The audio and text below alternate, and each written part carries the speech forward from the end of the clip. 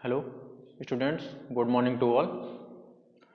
जैसा कि पिछली क्लास में चल रहा था, हमारे क्वेश्चंस चल रहे थे, आगे और क्वेश्चंस उसी में देखते हैं थोड़े। तो क्वेश्चन है आज, सिद्ध कीजिए कि वास्तविक संख्याओं की समुच्चय R में R equal to a comma v such that a is less than equal v square द्वारा परिभाषित संबंध न तो स्वतुल्य है और न सममित है और न ही संक्रमक है। तो ये सिद्ध करना है। तो हम सबसे पहले देखते हैं क्या है हल। इसका हल करते हैं, देखते हैं कि ये इस तरीके से है या नहीं है। तो हम देखें क्या क्या है, हमारा वास्तविक संख्याओं का समुच्चय, वास्तविक संख्याओं के समुच्चय R में। तो R क्या है, R हमारा वास्तविक संख्याओं का समुच्चय है। R बराबर क्या है, वास्तविक संख्याओं का समुच्चय, ये दिया हुआ है। या R इक्वल टू हम यूं भी कह सकते हैं a comma b such that a is less than equal v square, इतना दिया हुआ है। अब देखते हैं, सबसे पहले इन्होंने क्या कहा है कि न तो स्वतुल्य है, न सममित है और न ही संक्रमक है। स्वतुल्य के लिए हम क्या करते हैं, सबसे पहले स्वतुल्य का परीक्षण करते हैं। स्वतुल्य के लिए क्या करेंगे, हमें दिया हुआ है, क्या पता करेंगे कि A इस पे सेटिस्फाइड हो रहा है कि नहीं। स्वतुल्य के लिए होता है A रिलेशन A कोई एलिमेंट ले लीजिए, मान लीजिए A दिया हुआ है 1/2, तो is less than equal to 1/2 का वर्ग होना चाहिए। क्या है ये 1/2, यहाँ 1/4 हो जाएगा। 1/4 क्या होता है, छोटा होता है। अरे यहाँ क्या प्राप्त हुआ, हमें प्राप्त हुआ 1/2 इज लेस देन 1/4। क्या ये बराबर है, बराबर ना तो बराबर है और ना ही बड़ा है, तो हम इसको बराबर नहीं कह देंगे। अब यहाँ 1/2 क्यों लिया, 1/2 इसलिए लिया क्योंकि हम मान लीजिए एक, आप 2 ले लीजिए, 2 लेते हैं, इज लेस देन इक्वल 2 का वर्ग लेंगे तो वो तो 2 इज लेस देन 4 हो जाएगा। तो यहाँ तो ये सेटिस्फाइड हो रहा है। लेकिन अगर हमने वास्तविक संख्याएं दी हैं, पूर्णांक नहीं दिए, वास्तविक संख्याओं के रूप में दिए, तो वास्तविक संख्या हम 1/2 लेते तो यहाँ सेटिस्फाइड नहीं होता, तो ये इक्वेशन सेटिस्फाइड नहीं होती। तो नीचे क्या कह देंगे, अतः कोई भी एक मिल जाए तो हम तुरंत ही कह सकते हैं कि ये स्वतुल्य नहीं है। स्वतुल्य अतः संबंध R स्वतुल्य नहीं है, स्वतुल्य नहीं है। दूसरा दिया है सममित, सममित का परीक्षण करते हैं। सममित का देखते हैं, सममित क्या है। सममित में होता है A रिलेशन B और B रिलेशन A के साथ होना चाहिए। तो मान लीजिए A ले लिया कोई एक अवयव और B ले लिया 3, तो ये कितना हो जाना चाहिए, 3 रिलेशन 1 के बराबर होना चाहिए। देखते हैं इसमें रख के, 1 का वर्ग 3 तो है, 1 का वर्ग, एक यहाँ 1 ले लिया और यहाँ 3 का वर्ग लेंगे। अगर B का वर्ग किया हमने, 3 का वर्ग हो गया, तो हम यहाँ पर क्या करेंगे, 3 रिलेशन A, यहाँ तो ये सेटिस्फाइड हो रहा है, तो क्या ये भी सेटिस्फाइड है, देखते हैं। 3 ऐसे लिखते हैं, 1 रिलेशन 3 इक्वल टू लिखेंगे तो इसको हम देखते हैं तो कितना हो जाएगा, 1 is less than equal v square यानी 3 का वर्ग। तो यहाँ तो ये सेटिस्फाइड हो गया। अब हम लेते हैं 3 रिलेशन 1, तो ये हो जाएगा 3 इज लेस देन 1 का स्क्वायर, तो नॉट हो times क्योंकि ये एक छोटा है, इसके बराबर भी नहीं है। तो हम यहाँ क्या कह सकते हैं, अतः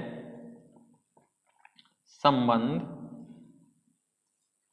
R सममित नहीं है, सममित नहीं है।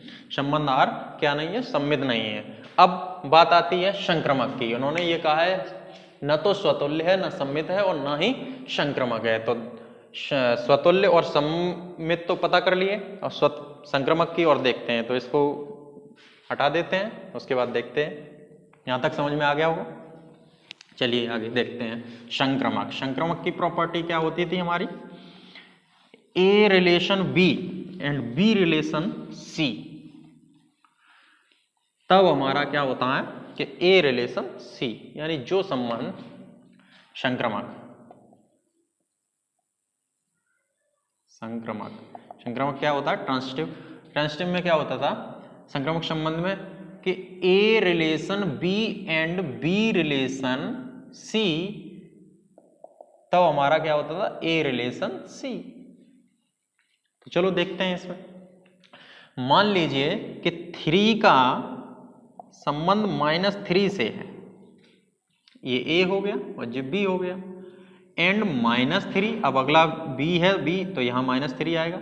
रिलेशन आप ले लीजिए कोई 1 ले लेते हैं, 1 3 कितना हो गया, ठीक है, क्योंकि ये सेटिस्फाइड हो रहा है। देखो यहां पर, यहां क्या कह रहा है कि अब हमारा क्या होना चाहिए, यहां ये देखो दोनों दिए हुए हैं, ए दिया है 3, तो 3 और इसका वर्ग कितना हो जाएगा 3 इज लेस देन -3 का वर्ग, जो सेटिस्फाइड है। और यहाँ देखिए अगला दिया हुआ है कितना -3 और लेस देन इक्वल टू 1 का वर्ग, -3 1 से छोटा होता है, ये भी बात सही है। अब हम क्या करते हैं कि इसका संबंध इससे होना चाहिए, यानी 3 रिलेशन, यहाँ क्या होना चाहिए था 3 रिलेशन 1 होना चाहिए था। तो हम देखते हैं 3 रिलेशन 1 इक्वल टू कितना हो जाएगा, तो देखेंगे तो 3 इज ग्रेटर देन 1 स्क्वायर। क्या यहाँ ये सत्य है, 1 से छोटा है 3 नहीं है, तो हम क्या कह सकते हैं, अतः संबंध R, अतः संबंध R संक्रमक नहीं है। तो ये समझ में आ गया होगा, इस तरीके के प्रश्न परीक्षा में आते हैं। ये तीनों निकला है आपके, स्वतुल्य भी हो गया, सम्मित भी हो गया और संक्रमक हो गया, तीनों में से एक भी नहीं प्राप्त हुआ हमारा। तो अगला प्रश्न है क्या है कि जांच कीजिए। चलिए आजकल जांचें चल रही हैं बहुत, चलो जांचते हैं। जांच कीजिए कि क्या समुच्चय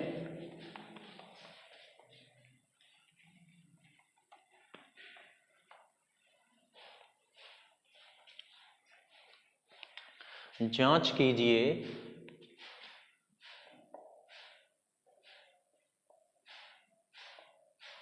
कि क्या समुच्चय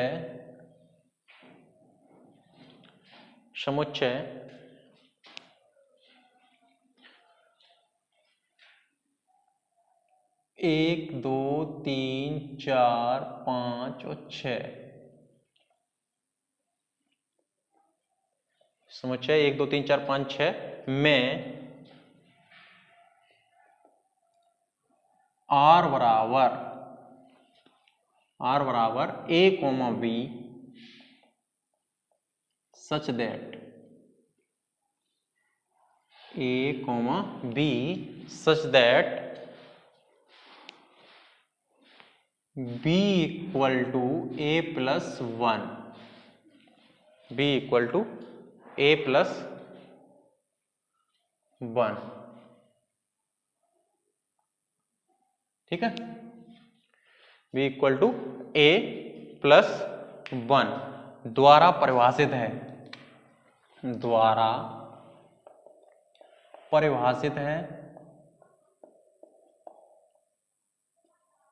परिभाषित है संबंध R स्वतुल्य सम्मित संक्रमक है। संबंध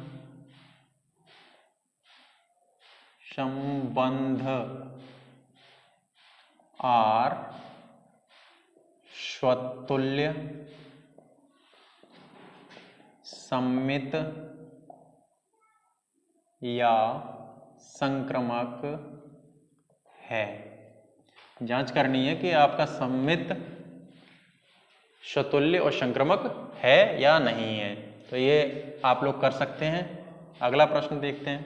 अगला दिया हुआ है, यदि वास्तविक संख्याओं का समुच्चय वास्तविक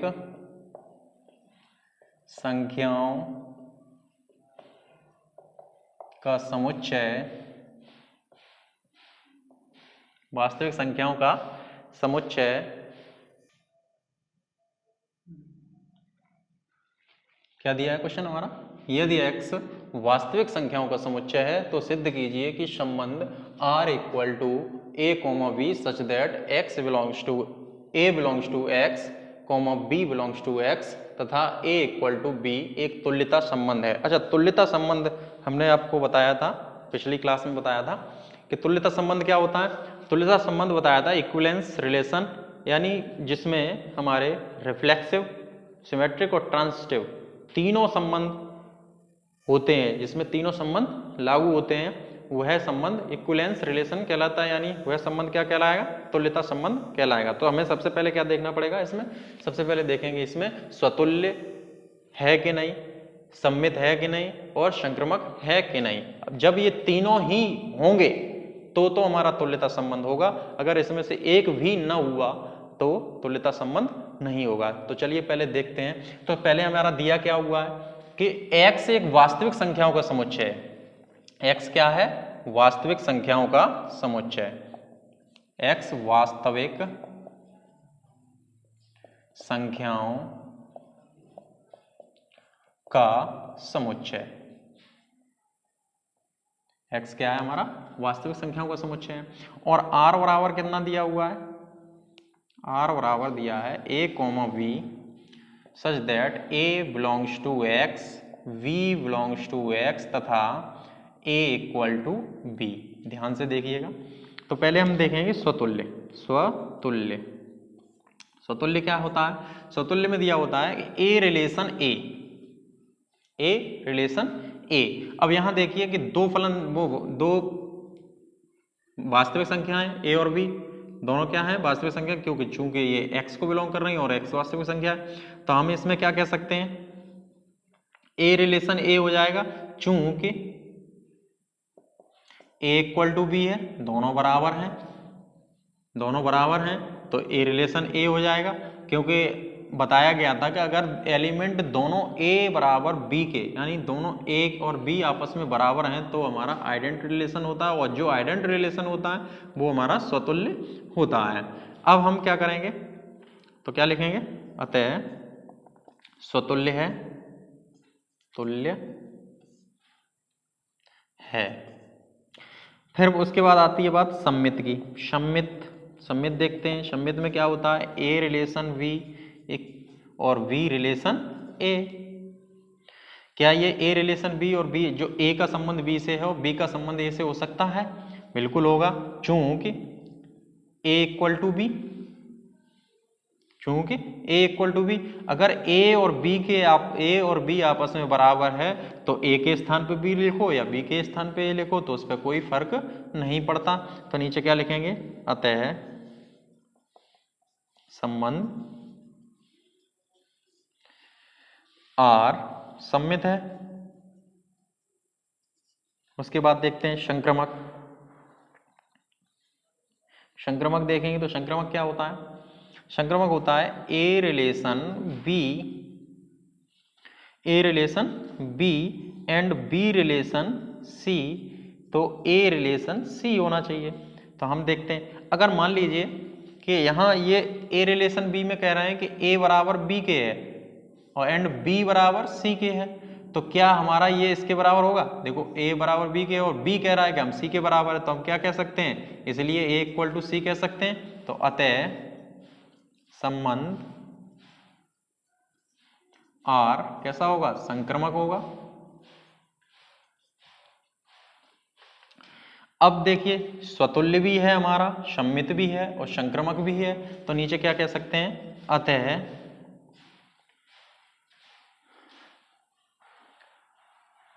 यह एक तुल्यता संबंध है,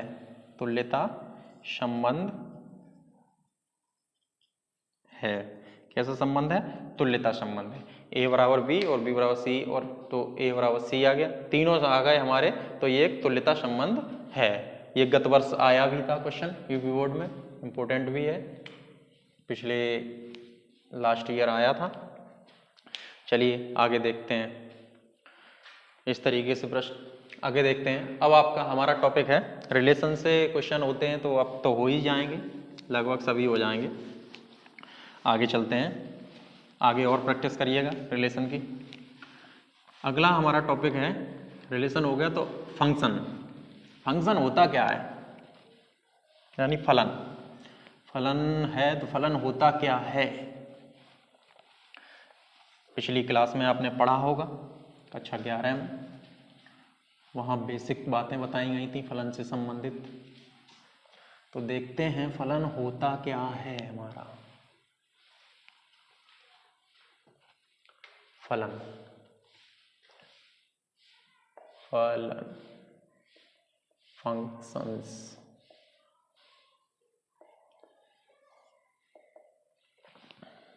फंक्शंस, फलन होता क्या है? चलिए प्रैक्टिकली समझा देते हैं कैसे होता है।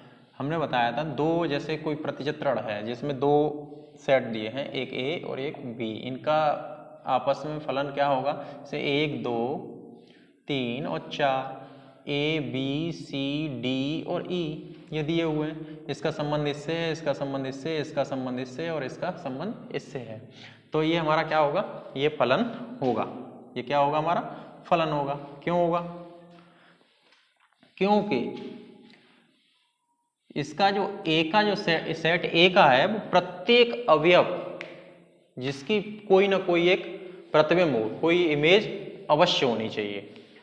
ठीक है, यानी कोई भी अवयव ए में छूटा ना हो, इसमें कोई भी अवयव छूटा ना हो। अगर कोई अवयव छूटता है तो वो फलन ही नहीं होगा, बताया था आपको, तो वो फलन नहीं होगा। और इसमें अगर कोई इमेज छूटती है तो कोई दिक्कत वाली बात नहीं, तो फलन होगा। अगर कोई इमेज ना छूटे तो भी फलन होगा। जैसे अगला देखते हैं, जैसे 1 2 3 और दूसरा दिया हुआ है फलन, इसका फलन है ए और बी, तो ए बी और सी, तो ये भी हो जाएगा। इस तरीके का संबंध है, तो ये भी हमारा क्या होगा? फलन होगा। हाँ, फलन कब नहीं होता है? जैसे 1 2 3 4 दिया हुआ है, इसमें ये दिया हुआ है ए और दूसरा दिया हुआ है बी, इसका फलन जो है ए बी और सी और डी। इसका हम इस तरीके से करें, 1 2 और 3, अब फलन नहीं होगा। अब हमारा फलन नहीं होगा। क्यों? क्योंकि इसमें ये दिया हुआ है, एक छूट गया है, हमारा छूट गया, तो ये फलन नहीं होगा। फलन तब भी नहीं होगा यदि किसी का प्री इमेज है जो, वो भी किसी डबल पर हो, जैसे यानी एक अवयव की 2 इमेजें बन रही हो, तो भी वो हमारा फलन नहीं होगा। 2 अवयवों की एक इमेज तो बन सकती है, लेकिन एक की 2 इमेज नहीं प्राप्त होती हैं। अगर प्राप्त हो रही हैं तो वो हमारा फलन नहीं होगा। तो आज हम बात करते हैं फलन के प्रकार की। तो फलन के प्रकार क्या होते हैं? Types of functions. तो बेसिकली तो 4 प्रकार के होते हैं, और उसमें और भी आगे आ जाते हैं, इसको हटा दिया जाए।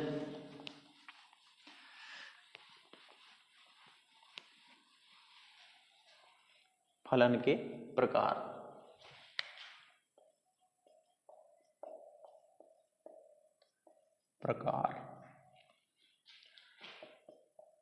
Types of functions.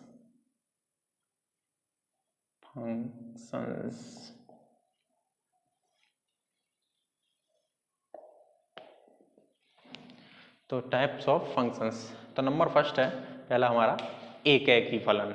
एकैकी फलन क्या होता है देखते हैं। नंबर पहला दिया है एकैकी फलन, यानी एकैकी फलन को हम क्या कहते हैं? 1-1 मैपिंग, 1-1 मैपिंग। इसे हम एकैकी फलन कहते हैं। एकैकी फलन होता क्या है? फलन तो आपको पता ही है, फलन तो एकैकी फलन क्या होता है हमारा?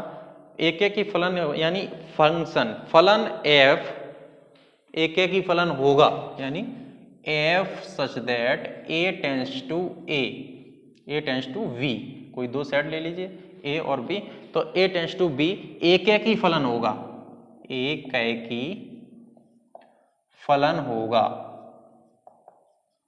यदि एकैकी फलन होगा यदि x1 not equal to x2 implies that f1, यदि लिखते हैं x1 not equal to x2 implies that fx1 not equal to fx2, या fx1 इक्वल टू fx2, तो fx1 इक्वल टू x2, तो x1 इक्वल टू x2।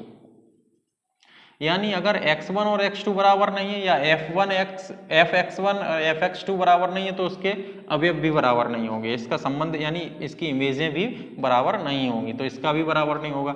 इसमें अगर देख लिया जाए तो इस तरीके से कह सकते हैं हम 1-1 मैपिंग का, अगर मैपिंग के रूप में प्रतिचित्रण देखें तो ये हो जाएगा a b 1 2 3 4 w x y और z, तो इसका इसके साथ संबंध, इसका इसके साथ, और इसका इसके साथ, और इसका इसके साथ, ये आगे पीछे भी हो सकते हैं। तो ये हमारा फंक्शन जो होगा वो क्या कहलाएगा?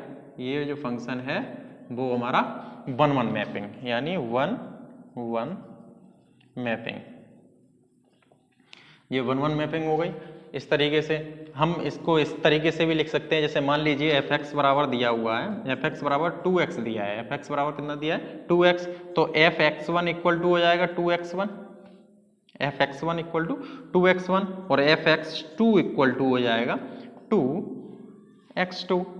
अब मान लीजिए हम ये सेटिस्फाइड करके देखते हैं, तो fx1 इक्वल टू fx2, तो हमारा कितना हो जाएगा?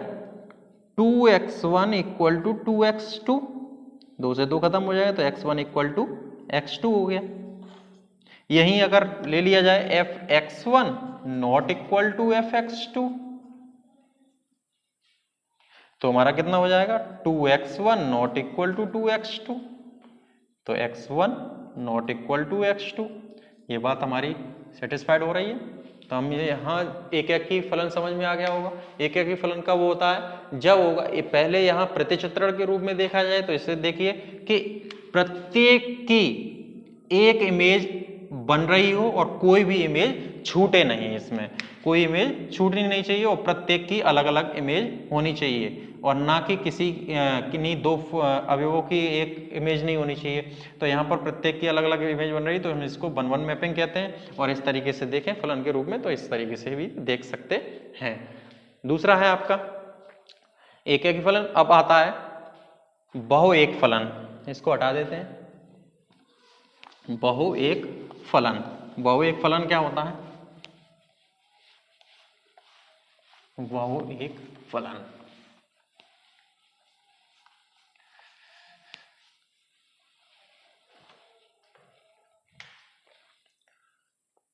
बहुएक फलन, बहुएक फलन क्या होता है? यानी many one mapping, many one mapping. Many one mapping में क्या कहते हैं कि फलन फलन f यानी a b के साथ संबंध कैसा रखता है?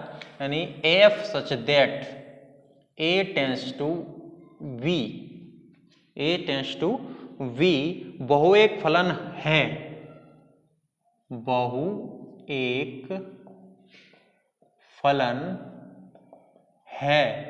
तो यदि ये बहुएक फलन है तो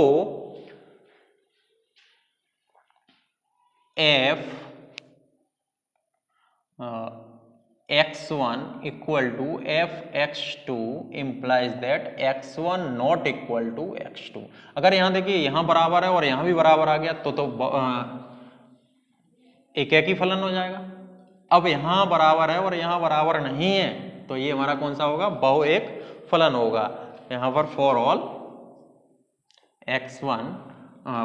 x1 x2 belongs to a, x1 x2 belongs to a, ये दिया हुआ है। ठीक, यहाँ तक समझ में आ गया? नहीं आया तो चले देखते हैं, इसमें कोई भी एक इमेज देख लेते हैं, उसके बाद जैसे आपकी एक इमेज दी है, एक ये दी है a और b, इसका प्रतिचित्रण है, प्रतिचित्रण इसमें दिया है 1 2 3 4, 1 2 3 4। तो यहाँ a b और c, इसका संबंध मान लीजिए इससे है, इसका संबंध इससे है और इसका संबंध इससे है, इसका संबंध इससे है, इसकी इमेज दी है इतना। तो यहाँ पर देखिए कि बहुएकीय यानी many one mapping. Many one mapping क्या होती है? मैनी वन मैपिंग में हम क्या करते हैं, मैनी वन का मतलब है बहुएक, यानी एक इमेज के कई अवयव होते हैं, 1 और 3 अवयव हैं और इसकी दोनों की इमेज क्या है, एक बन रही है, तो इसे हम क्या कहेंगे, मैनी वन मैपिंग कहेंगे। यूं कह लीजिए जैसे F1 इक्वल टू, मान लीजिए जहां F1 इक्वल टू आप ले लीजिए कि F1 इक्वल टू कितना दिया है, कोई दूसरा एग्जांपल यहीं ले लेते हैं, जैसे a बराबर मान लीजिए तो आपका दिया हुआ है 1 2 3 और 4 एंड v इक्वल टू दिया हुआ है a b और c। अब यहाँ पर फलन देखते हैं तो हम मान लीजिए इसके प्रतिचित्रण हमारा ये बना हुआ है, एक फंक्शन दिया है, इसका इतना बना दिया हमने। तो यहाँ से देखिए F1 का जो संबंध है वो किससे, F1 का जो इमेज है वो क्या है, B, और F2 की इमेज क्या है, F2 की A, और F3 की क्या है, F3 की इमेज क्या है, F3 की इमेज दी हुई है हमारी F3B, और F4 की इमेज दी हुई है C। तो यहां देखिए हमारा क्या दिया हुआ है कि F1 equal to F3, F1 equal to F3 equal to B, दोनों का देखिए इमेज दोनों की B है तो ये बराबर हो गए, बराबर हो गए, लेकिन 1 नॉट इक्वल टू 3। तो देखिए यहां पर F1 और F2 तो बराबर हैं लेकिन X1 और X2 बराबर नहीं हैं, तो हम इसको क्या कहते हैं, इस तरीके के फलन को हम कहते हैं बहु एक फलन, यानी मैनी वन मैपिंग। इसके बाद बात आती है, अगला देखते हैं, अगला फलन क्या होता है, इसको हटा दें, चलिए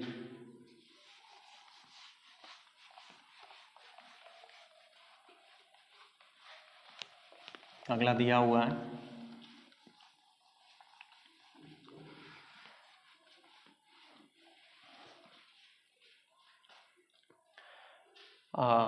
ऑन टू मैपिंग, तीसरा आच्छादक फलन, आच्छादक फलन यानी ऑन टू मैपिंग, मैपिंग आच्छादक फलन। देखिए आच्छादक फलन क्या होता है, आच्छादक फलन यानी f such that a tends to b, f such that a tends to b आच्छादक होगा यदि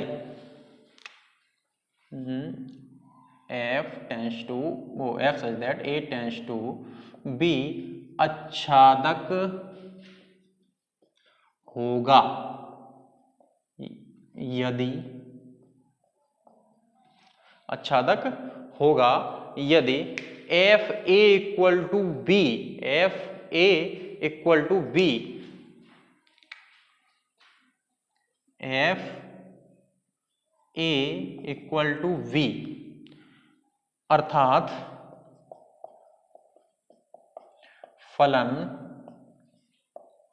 एफ, अर्थात फलन एफ का परिसर तथा सह डोमेन एक ही समुच्चय है, फलन एफ का परिसर तथा सह डोमेन, सह डोमेन एक ही समुच्चय है, एक ही समुच्चय है। ये हो गई आपकी परिभाषा। अब देखते हैं इसमें भी एक एग्जांपल लेते हैं, तब समझ में आएगा क्या होता है। तो देखिए क्या होता है इसमें, ऑन टू का मतलब है आच्छादक फलन। तो आच्छादक फलन में क्या कह रहे हैं ये कि f A equal to v, अर्थात फलन एफ का परिसर तथा सह डोमेन क्या होता है, एक ही समुच्चय होता है, एक ही समुच्चय होता है। तो इसका मतलब ये हुआ कि देखो एग्जांपल ले लेते हैं हम, कोई एग्जांपल लो तब समझ में आएगा। एग्जांपल लिया हमने, ए इक्वल टू कोई ले लो और बी इक्वल टू ले लो। ए इक्वल टू हमने ले लिया ए बी सी डी और ई, और बी इक्वल टू ले लिया 1 2 3 और 4, ये ले लिए A B C D E, और बी बराबर 1 2 3 4 ले लिया। तब प्रतिचित्रण हम लेते हैं, प्रतिचित्रण लें तब प्रतिचित्रण क्या होगा हमारा, प्रतिचित्रण मैपिंग कितनी होगी, क्या होगी, ये ले लेते हैं और ये भी लेते हैं, ए बी सी डी और ई, ए है और ये बी है, 1 2 3 और 4 यह है। इसका फलन देखते हैं क्या होता है हमारा फलन। मान लीजिए इसमें कोई भी इमेज कितनी है, इसकी ये है, इसकी ये है, इसकी ये है, इसकी ये है और इसकी ये है। तो यहां पर देखो इन्होंने क्या कहा था कि फलन f का परिसर तथा सह डोमेन एक ही समुच्चय है, यानी f A equal to b. इसका मतलब ये हुआ कि एफ ए हमारा क्या है, फलन, जितने भी फलन हैं उसके फलन के जितने भी अवयव ए हैं, फलन के अवयव ए के बराबर बी की उसकी यानी इमेज के बराबर होनी चाहिए। यानी जितने प्रत्येक इमेज से कोई ना कोई संबंध रखता हो, अगर कोई भी इमेज खाली ना छूटे, अगर कोई इमेज यहाँ बचती है तो वो है हमारा ऑन टू नहीं होगा। तो ऑन टू के लिए हम क्या कह सकते हैं कि कोई भी इमेज हमारी यहाँ खाली ना छूटे। तो इसको समझ में आ गया होगा इस तरीके से, क्योंकि हमारा देखिए यहाँ पर क्या कह सकते हैं, यहाँ क्या है, यहाँ एफ ए इक्वल टू हमारा कितना है 2, एफ बी इक्वल टू 3 और f c equal to 1, f c equal to भी 2 ही है, 2 है, और f d equal to 1 and f e equal to 4। इस तरीके से दिए हुए हैं। तो इनकी इमेज प्रत्येक की कोई ना कोई इमेज बन रही है और कोई भी इमेज हमारी खाली नहीं छूट रही है। तो ऐसे फलन को हम क्या कहते हैं, आच्छादक फलन, यानी onto mapping. Onto mapping है। तो आगे देखते हैं नेक्स्ट, इसके बाद आच्छादक हो गया, अब क्या रह गया, अंतःक्षेपी। चलिए अंतःक्षेपी, ये ऑन टू मैपिंग हो गई तो वो इन टू मैपिंग हो जाएगी।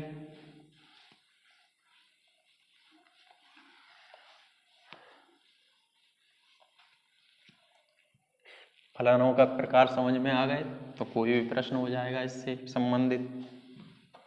चलिए तो क्या है अंतःक्षेपी फलन, अंतःक्षेपी फलन,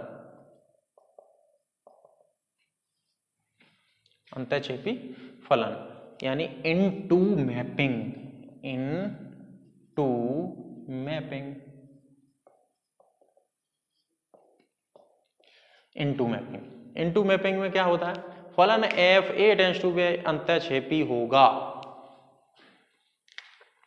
फलन यानी F such that A tends to B, फलन अंतःक्षेपी होगा, अंतःक्षेपी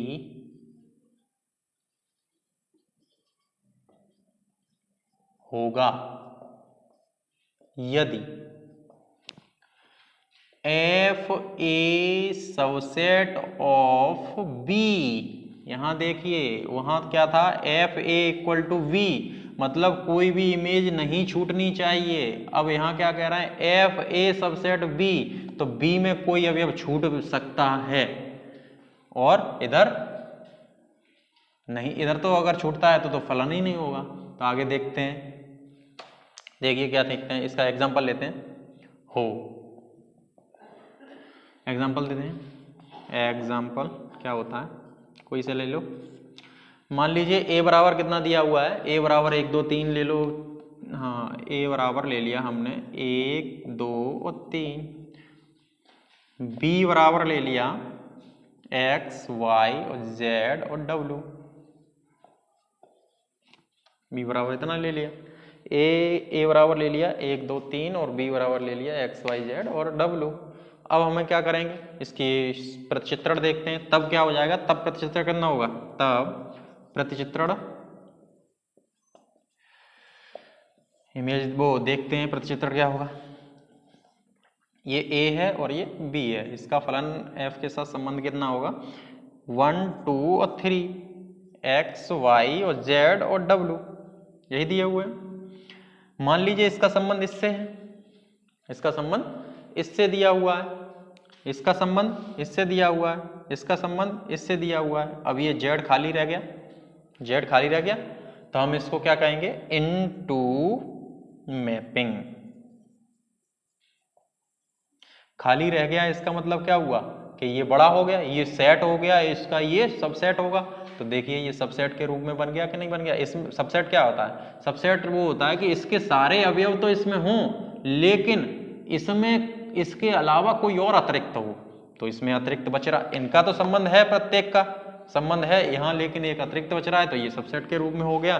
तो हम यहाँ पर क्या कह सकते हैं, जी हाँ, क्या है, F1 equal to x, F2 equal to y and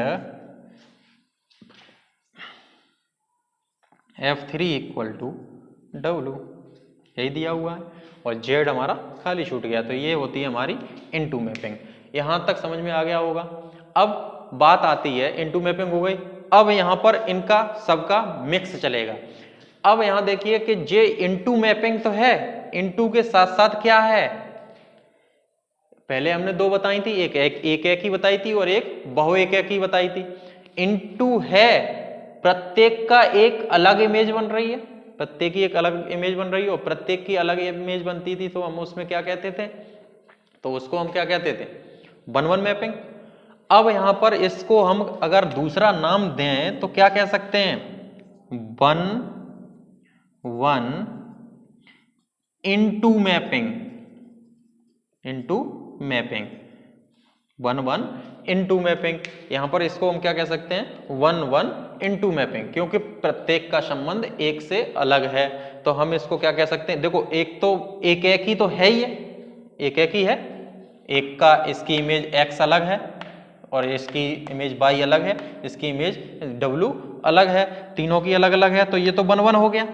अब उसके साथ साथ हमारा क्या है, इनटू भी है, इनटू मैपिंग भी है, तो इनटू मैपिंग हो जाएगी। तो इनटू मैपिंग के लिए एक अतिरिक्त छूट गई इमेज, कोई इमेज छूट गई तो इसको, तो हम इस पूरे को अगर नाम दिया जाए तो क्या कह सकते हैं, 1-1 इनटू मैपिंग, 1-1 इनटू मैपिंग हो सकती है। इसमें अगर यहाँ पर इसका संबंध इस तरीके से हो जाता है, इसका संबंध एक का 22 से हो जाता है, तो क्या हो जाएगा, इसका संबंध भी 22 से हो गया, यानी इसकी भी इमेज यही है और दो की भी इमेज यही है, दोनों की इमेज एक है, मतलब बहु एक ही हो गया, यानी मैनी वन। अब इसको हम क्या कह सकते हैं, many one into mapping, mapping. इसी तरीके से इनटू की हो गई और ऑन टू की भी हो जाएगी, अगर इसमें कोई छूटे नहीं, इसके अतिरिक्त कोई भी इमेज नहीं छूटती है तो वो ऑन टू में चला जाएगा। यानी 4 हो गए, 4 और इसी प्रकार हैं, वो आप समझ गए होंगे। तो आज के लिए इतना काफी, धन्यवाद।